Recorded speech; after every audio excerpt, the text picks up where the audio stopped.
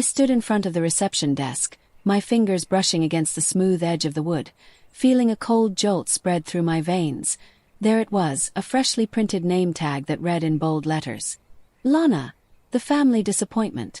The words looked harmless at a glance, but to me they were daggers, sharp and uncompromising. I stared for what felt like an eternity, blinking once, then twice, hoping I had read it incorrectly. But there it remained, a cruel proclamation for all to see. I felt my throat tighten. Laughter erupted from somewhere near the bar. I knew that laughter too well.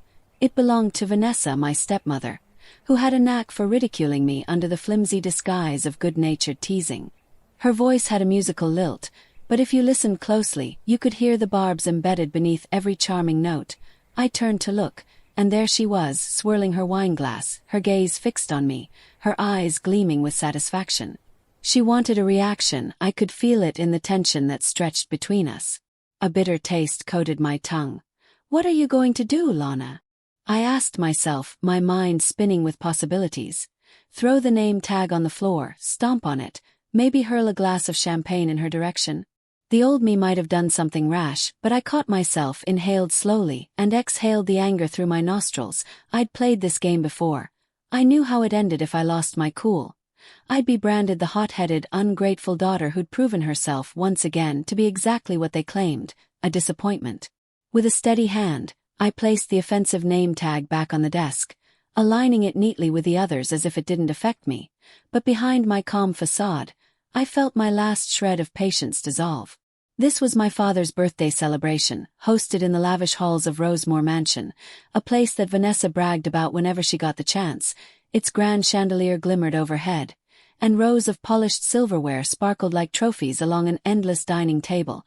Everything was perfectly arranged to scream opulence, a reminder of the extravagant life my father, Arthur, had chosen with his second wife.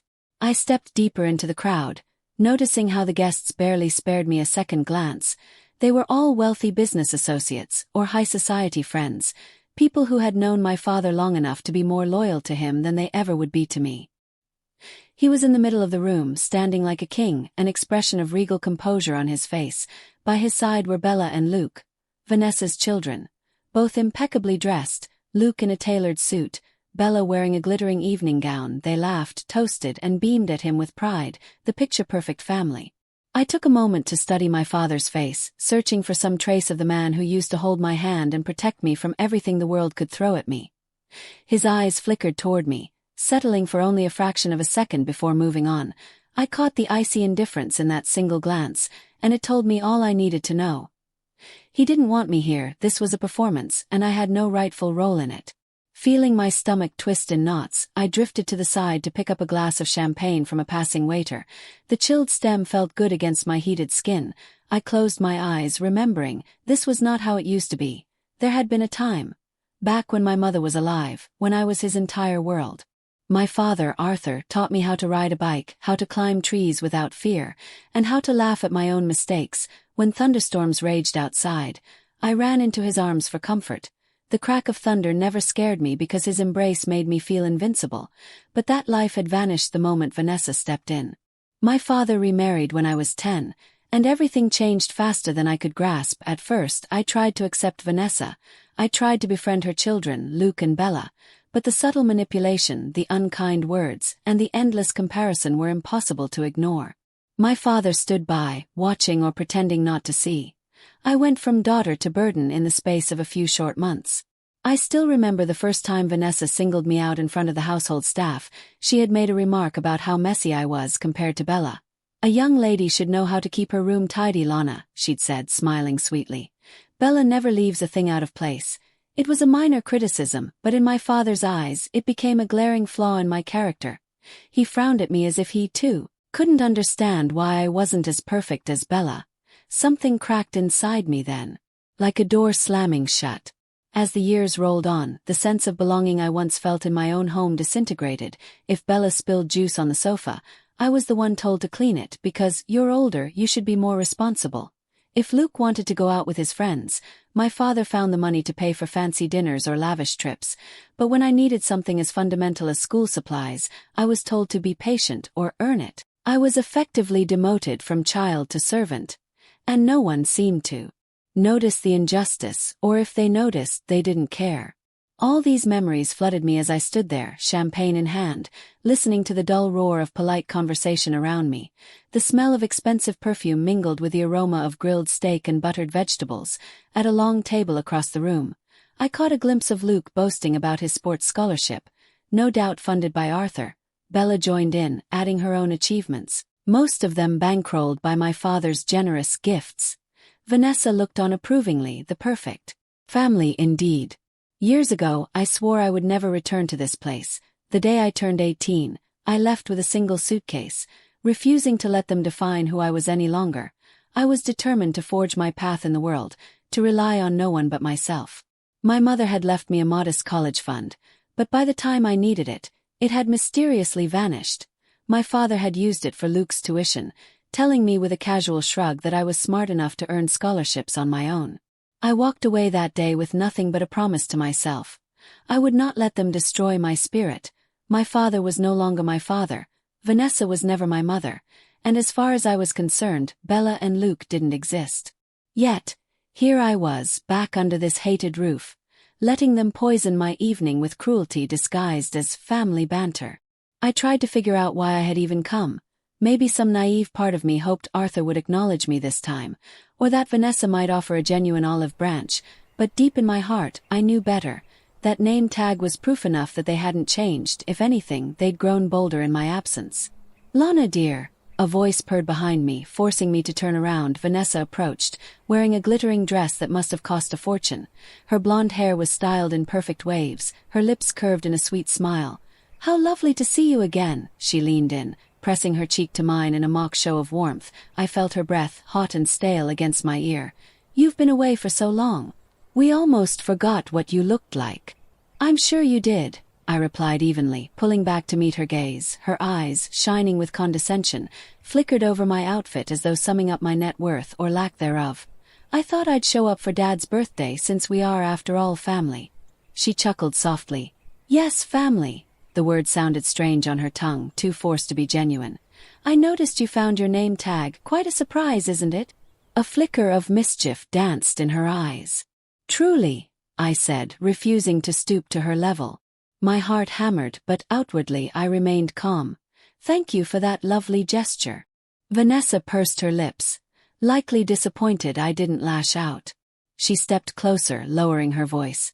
"Arthur has important guests tonight, dear. Try not to embarrass him or yourself." With that final jab, she turned and glided away like a peacock displaying its feathers. I watched her saunter across the room toward my father, who stood surrounded by a circle of suited men. They toasted him, praising his business acumen and his ability to raise two prodigies. Luke, the star athlete, and Bella, the cultured socialite. Meanwhile, I was merely a footnote in his life, a backstory he rarely acknowledged. I was about to move to a quieter corner when Bella caught sight of me and came sashaying over. She looked dazzling, but her smile had the same edge as her mother's. "Well, look who decided to show up," she said, tossing her sleek hair behind her shoulder. "It's been forever, Lana." "Has it?" I answered, sipping my champagne and trying to mask the trembling I felt in my gut. She gave a tinkling laugh. "Don't be modest, you cut us off completely, never called, never texted. We all thought you might have joined a circus or something." I raised an eyebrow. "And if I had, I'm sure it would have been more entertaining than whatever you do." Bella's smile froze momentarily before she recovered. "I see you haven't lost your sense of sarcasm," her eyes flickered down to my champagne glass, "or your lack of manners." "That's right," I said quietly. "I wouldn't want you to forget who I really am." Before Bella could retort, Luke wandered over, arms crossed.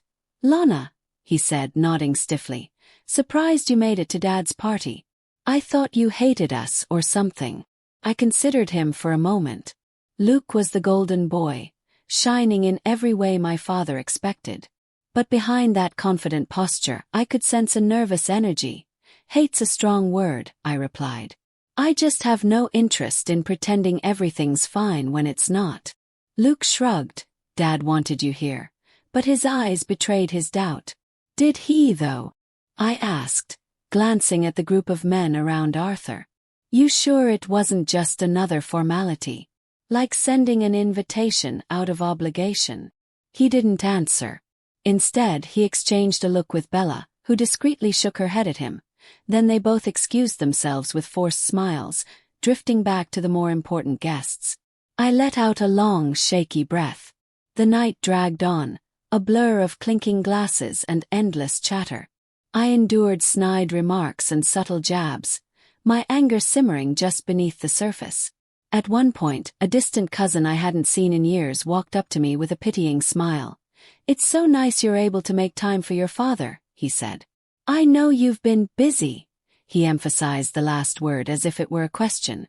"Extremely busy," I replied. "Building my life from scratch is quite the task." He chuckled awkwardly, changed the subject, and drifted away, leaving me with a hollow feeling in my chest. I had built a life, all right. I'd put myself through college with multiple part-time jobs, eventually securing a small but respectable foothold in the business world. I had my own startup, a devoted team, and enough clients to keep us afloat. My success might have been modest by my father's millionaire standards, but I had earned every penny on my own merits. That was something none of them could take away from me. A wave of frustration swept over me. I found myself drifting toward the center of the room. The music paused for a second as the band took a break, leaving a hush that felt charged with unspoken tension. Vanessa noticed me stepping forward and placed her wine glass on a nearby table, trying to intercept me with a warning glance. "Too late." I cleared my throat, lifting my champagne flute. "May I have everyone's attention?" I said, my voice carrying across the space. Conversations halted, and all eyes landed on me. My father's eyebrows knit together in confusion, while Vanessa's smile twitched nervously. "Good evening," I began, feeling my pulse roar in my ears.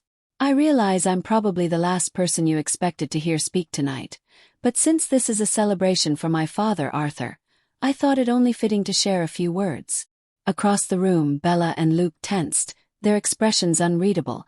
Vanessa took a step forward as if to stop me, but my father motioned for her to stay put. He looked directly at me, his gaze steady, but I could sense the tension building in him. "I won't bore you with pleasantries," I said, letting my eyes sweep the crowd. "I just want to say thank you, Father, for inviting me tonight." I paused, pressing my lips together in a tight smile. "It's nice to be acknowledged, if only for a few seconds, as part of this family." The word hung in the air, dripping with irony. Vanessa forced a laugh, trying to diffuse the awkwardness. "Oh, Lana, don't be dramatic." "I'm not being dramatic," I interjected calmly. "I'm simply stating facts after all. It's not every day you receive a name tag labeling you the family disappointment." A ripple of surprise spread through the guests. Some exchanged confused glances, and a few even gasped. My father's face darkened, Vanessa's cheeks reddened. Bella pressed her lips into a thin line, while Luke looked away, pretending to be fascinated by a painting on the wall. "I've spent years thinking I needed to earn your love, to win your approval," I continued, my gaze focused on my father. "But tonight, I realize that I've been searching for something I never needed in the first place. Your validation means nothing to me anymore." A hush fell over the room. "What does matter is my freedom, my dignity, and the life I've built, separate from all of you." Arthur's jaw tightened. His knuckles whitened around the stem of his wineglass. He looked as though he might interrupt, but he kept silent. I let out a shaky breath and lifted my glass. "So here's to you, Dad, thanks for the lessons. The lesson that sometimes family can be more cruel than strangers. The lesson that respect isn't given just because we share blood, and most importantly, the lesson that I don't have to stay and take it." I glanced at Vanessa, letting the corners of my mouth curve into a cold smile. "Happy birthday, Father." Silence reigned for a moment, so profound it seemed the air itself had stilled. Then, with slow deliberation, I set my glass on a nearby table, turned on my heel, and walked away. No one attempted to stop me this time, not even Vanessa, whose face had paled. I pushed through the heavy mansion doors into the crisp night air, my pulse still pounding. Relief crashed over me like a wave, along with an adrenaline rush that left my hands shaking. My eyes stung with tears, tears of anger, sorrow, and a strange exhilaration. I felt weightless, as though I had stepped off a cliff but had not yet hit the ground. In the dim glow of a street lamp, I fumbled for my car keys. Suddenly, I heard footsteps behind me. My heart kicked into high gear. I clenched my keys in my fist, ready to face whoever might approach. "Lana," a soft voice called. I whirled to see my father standing at a short distance, under the flickering light of the mansion's elaborate exterior lanterns. The rest of the party seemed miles away. For a second, neither of us spoke. "Yes," I managed, the single syllable laden with tension. He sighed, looking unsure of himself in a way I hadn't seen before. "I want to talk." I studied him, searching for sincerity. "About what?" He took a step forward, but stopped when he noticed me clench my fist. "I didn't know they'd put that on your name tag," he said, voice low. "Vanessa told me it was just a misguided joke." I let out a hollow laugh. "A joke, right?" My chest felt tight with pent-up rage. "You've all had the same joke running for years. It's gotten old, Dad." Arthur opened his mouth, closed it, then cleared his throat. "You're my daughter, Lana. That's not going to change, no matter." "Daughter?" I cut him off. "I haven't felt like your daughter in a very long time," my voice wavered. "You didn't defend me, you stood by while they took my college fund, while they belittled me, while they robbed me of any sense of belonging in my own home." He lowered his head. "That money helped Luke get into college, I thought. You thought I'd just deal with it because I was older, or because I wasn't as important, is that it?" I spat, tears burning in my eyes. "You never once thought about what that would do to me." "Lana," he began, but I shook my head, cutting him off again. "No, you don't get to come out here and try to smooth this over just because I embarrassed you in front of your guests." My heart pounded so fiercely I thought it would burst from my chest. I've spent years waiting for an apology, for a shred of remorse, for some indication that you cared. But all I got was silence and, worse, contempt. His shoulders slumped. "I'm sorry," he said, quietly enough that it almost disappeared into the night air. "I know that's not enough, but it's too late," I said, letting my tears fall. I felt my anger drain, replaced by exhaustion. "I've moved on. I have a life, away from all of you, away from your parties, your judgments, and your so-called family values." He took another step closer, arms hanging at his sides. "What do I have to do to make this right?" The question hung between us, a gaping chasm that couldn't be bridged with mere words. I wanted to scream that there was nothing he could do, that his chance to be my father had passed years ago. But deep down, a flicker of longing lingered, the stubborn hope that he might someday realize how deeply he'd wounded me. Yet I couldn't forget the cruelty. With a trembling breath, I mustered the last of my resolve. "You can't fix this tonight, maybe not ever," I said, my voice softened by the tears. "But you can start by letting me go. Let me live my life in peace, without the drama, without the guilt trips, and without pretending we're something we're not." Arthur nodded slowly, his expression haunted. "If that's what you want," he whispered. "It's what I need," I corrected, stepping back. "Goodbye, Dad." I turned and climbed into my car, wiping my face as I started the engine. He stood there, illuminated by the lights that bled out from the mansion's windows, watching me leave. A pang hit my chest as I pulled away, but I breathed through it, focusing on the freedom of the open road ahead. In the days that followed, I blocked all calls from my father, Vanessa, Bella, and Luke. I refused to let their toxicity back into my life, at least not until I was strong enough to handle it. My phone blew up with messages from distant relatives, chastising me for my outburst, urging me to reconcile for the sake of family harmony. I ignored them too. The relief I felt was a liberating force, a weight lifted off my shoulders. Meanwhile, I threw myself into my work. The small startup I had founded a year earlier required every ounce of my attention. I was determined to prove to myself, not to them, that I was capable of greatness. It was a marketing consultancy with a modern twist, working primarily with eco-friendly brands. Despite the challenges, I loved it, the creative energy, the sense of camaraderie with my team, the satisfaction of landing a new client. It gave me purpose. One afternoon, in a moment of distraction, I found myself searching my own name online, not out of vanity but out of curiosity. Amid business articles mentioning our growing startup, I stumbled upon a local gossip blog discussing Arthur's birthday party. The headline read, "Heiress shocks guests with bold speech." They labeled me an heiress despite the fact I'd never seen a dime of the family fortune. The article described the tension, the argument, and my dramatic exit. Photos, too, captured my father's stunned face, Vanessa's fury, and me stepping away in tears. My stomach churned. Even though I'd done nothing wrong, I felt exposed. But a part of me also felt oddly vindicated. The world now knew the truth that had festered behind closed doors. My father's squeaky clean image as a devoted family man had cracked. Perhaps that was my small act of revenge. In some twisted way, the public embarrassment might force him to reflect. Time slid by in a series of frantic days and quiet nights.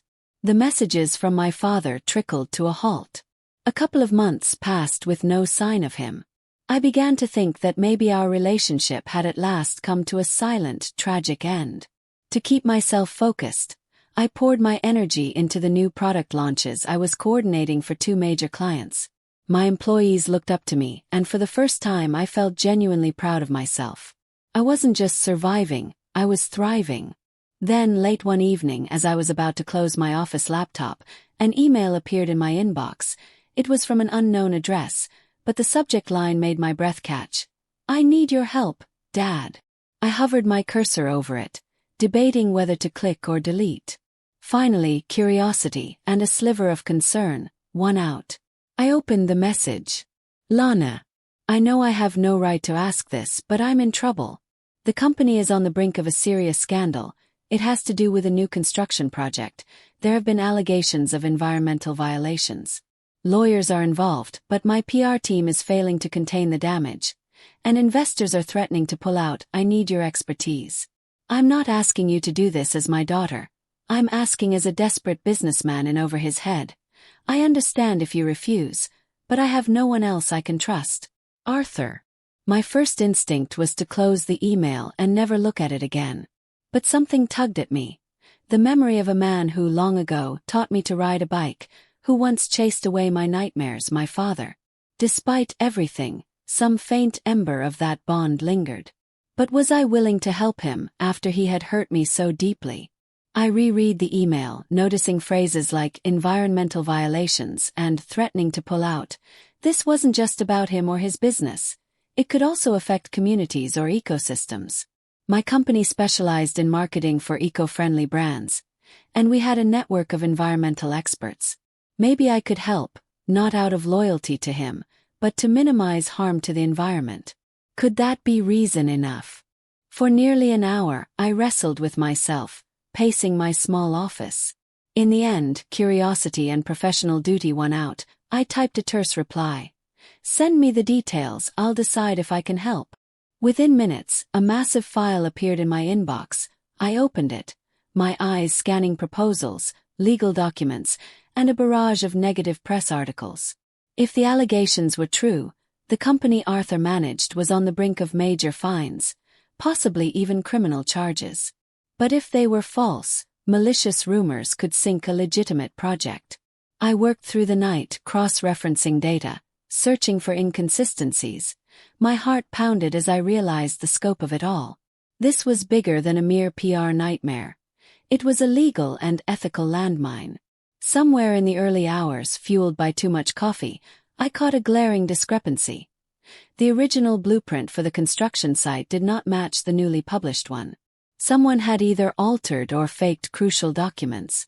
At dawn, I sent my father a detailed analysis, listing bullet points on how to approach the crisis from a public relations standpoint and a few steps to investigate potential internal fraud. I wasn't sure he'd follow my advice, but I couldn't let it rest. After hitting send, I collapsed onto the office couch, exhausted. A week later, my phone buzzed with a call from an unknown number. I answered reluctantly. "Hello. It's me," Arthur's voice said, sounding subdued. "I can't thank you enough. Your guidance, your analysis, it turned everything around.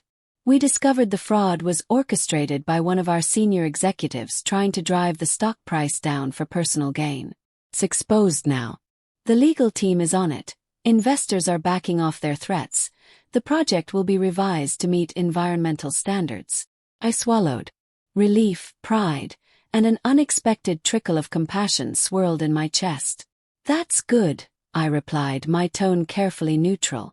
He hesitated. Lana, I know what I did was terrible, but you saved me. You saved all of us.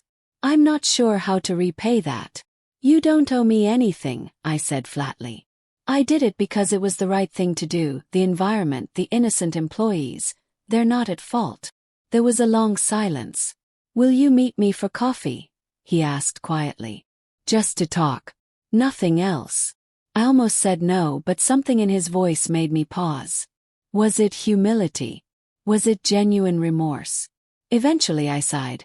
Fine, tomorrow at noon, there's a cafe downtown called Crescent Brew. He agreed. The next day, I was a bundle of nerves as I walked into the cafe. My father was already seated at a corner table, dressed more casually than I'd ever seen him in public. He stood when he spotted me, but I raised a hand, gesturing for him to stay seated. I chose a chair across from him, not too close, not too far. He cleared his throat. Thanks for coming. I nodded, studying the lines on his face, the hints of gray in his hair. He looked older, more fragile than the imposing businessman I remembered. I owe you an apology, he began. So many apologies, actually, and not just for the name tag incident. For everything I did and failed to do over the years. I bit my lip, letting him continue. He sighed, hands folded together on the table. I was so consumed by wanting to impress Vanessa and support Bella and Luke that I forgot you needed me too. More than that, you needed fairness, love, and respect. I gave you none of those things. My throat tightened. I pressed my palms flat on my lap. I can't change the past, he went on. But I'm here now, asking for a chance to earn your forgiveness. Or at least to try. If I can't, I understand. But I won't be able to live with myself if I don't at least ask. I let out a shuddering breath, remembering the nightmares, the heartbreak, the sense of abandonment. Words are cheap, I managed. And I'm not going to pretend everything's okay just because you're ready to talk now. He nodded. I know. But, I continued slowly, I appreciate the acknowledgement. It's more than I ever got before. He swallowed hard. I want to do better. A long silence stretched between us, punctuated by the hiss of the espresso machine. I studied the way a layer of steam curled from the mug in front of him. For so long I'd imagined this moment, a genuine apology, a chance for closure. Now that it was here, I felt uncertain. Could I truly heal from decades of pain? Finally, I found my voice. I don't know if I can trust you, but I'm willing to give you a chance to show me you've changed. Arthur exhaled, as though he'd been holding his breath the entire time. Thank you. Over the following months, our relationship remained tentative, but it began to shift. My father stepped back from his usual controlling ways. He allowed me the space to speak my mind without interruption, without condemnation. When he tried to show support for my startup, I didn't push him away entirely, though I kept my guard high. I saw him fire a few old associates who had apparently been fueling the toxic family environment, an action that surprised me. He also began counseling sessions, a measure I never thought he would consider. Vanessa, Bella, and Luke were less enthusiastic about his transformation. They blamed me for driving a wedge into the family. Bella stormed off in anger when Arthur refused to fund her next extravagant vacation, claiming he needed to reevaluate how money was being used. Luke gave me the cold shoulder at first, accusing me of manipulating Dad.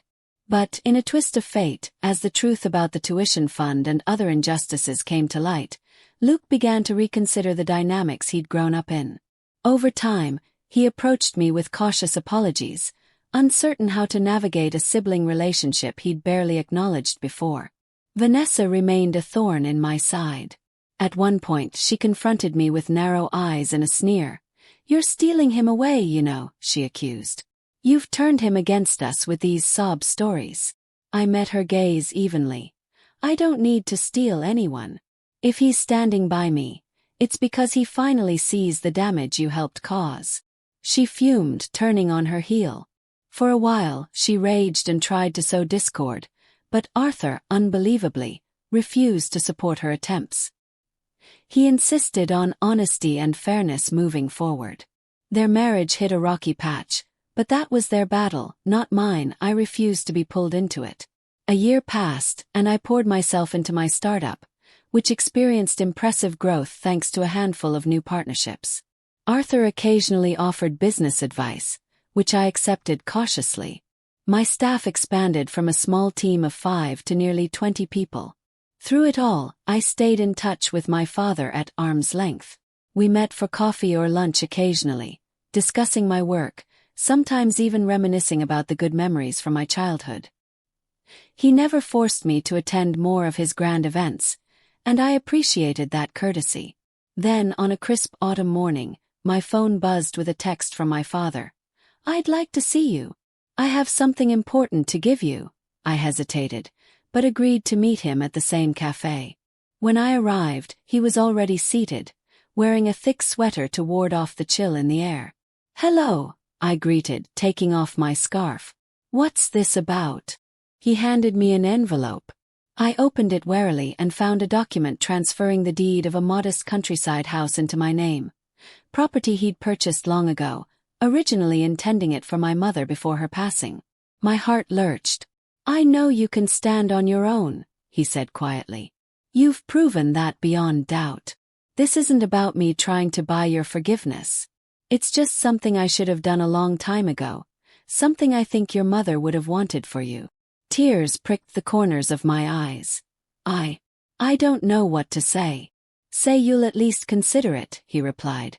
"If you don't want the house, sell it, donate the money, do as you wish. But I hope you'll accept it in the spirit it's given." For a moment words failed me. Images of my mother flashed through my mind. Her gentle smile, her lullabies at night, the encouragement she gave me to chase every dream. She would have loved a quiet home in the countryside. Slowly I nodded. "Thank you," I whispered, voice trembling. "I appreciate it." Arthur reached across the table, placing his hand on mine. "I'm trying to make amends the only way I know how." "I see that," I said, letting out a shaky breath. "Keep trying." As the days passed, I drove out to see the house. A quaint cottage, surrounded by tall pines and a little garden in front. No trace of the old vanity or the grandeur Arthur displayed in the city.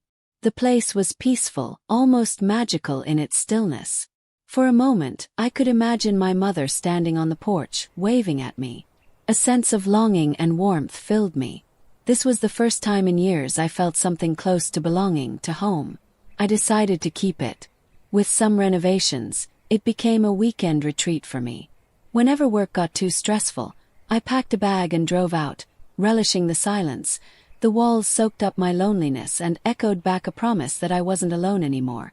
I found solace there, and slowly, I felt my resentment toward my father ease, replaced by cautious gratitude. A few months later, on the anniversary of the day I'd walked out of Arthur's birthday party, I found myself hosting a quiet dinner at my new country home. I invited my closest friends, people who had supported me through thick and thin. The table was set with mismatched plates, a simple vase of wildflowers in the center. The meal was home-cooked. Nothing like the gourmet feasts at Rosemore Mansion, but it was made with love and authenticity. Before my friends arrived, my phone rang. "Hey, Dad," I greeted, realizing how natural it now felt to call him that. "Hey," he replied. "I just wanted to say, I'm proud of you." An unexpected warmth spread through me. "Thank you." He hesitated. "I know this day. Last year we were in a very different place. I just want you to know I haven't forgotten. I'm grateful you gave me a chance to be in your life again." I smiled, tears gathering in my eyes. "I'm glad I did too." We ended the call, and I stood on my porch, watching the sun dip below the treeline. The wind rustled the pine needles, and I felt an indescribable sense of peace. Despite all the pain, all the heartbreak, we had found a fragile path forward. Maybe not the perfect happy ending, but a new beginning built on something more honest than before. That evening, as I sat around the table with my friends, laughter filling the cozy cottage, I reflected on how far I'd come. I thought of the broken girl who once believed she was worthless, overshadowed by people who were supposed to love her. She was gone, replaced by a woman who had fought for her worth and learned that true belonging comes from within. For a moment, the memory of that hateful name tag flickered in my mind. Lana, the family disappointment. I closed my eyes, exhaled, and let it drift away, replaced by the realization that I was no longer his daughter in the way he once defined. I was my own person, and in a strange, unexpected twist of fate, I had found a way to rebuild a new bond with my father on my terms. The conversations in the dining room flowed with ease, stories and jokes passed around like treasured gifts. At one point, a friend raised a toast. "To Lana," she said, "for showing us that forging your own path is worth every challenge." Glasses clinked, and I smiled through tears of gratitude. My mind wandered back to the question I'd once asked myself. Did I go too far? The answer, I realized, was no. I had done what was necessary to save myself. Sometimes breaking away was the only way to eventually come back in a healthier form, and as I looked at the people gathered around me, my true family of friends and the flickering promise of renewed ties with my father, I felt certain I was exactly where I needed to be. Not every tale of revenge must end in ruin. Sometimes, confronting the darkness leads to an unexpected light. I had found mine, and it was infinitely more radiant and comforting than any chandelier in that old mansion. My journey wasn't perfect, my scars were still there, but I wore them with pride, and for the first time in my life, I dared to believe in a happiness that was entirely my own. With that thought, I raised my glass to my friends, to new beginnings, and to the love and respect I had learned to give myself. My story wasn't one of unending bitterness, but of liberation, growth, and hope, and in that, I finally found my happy ending.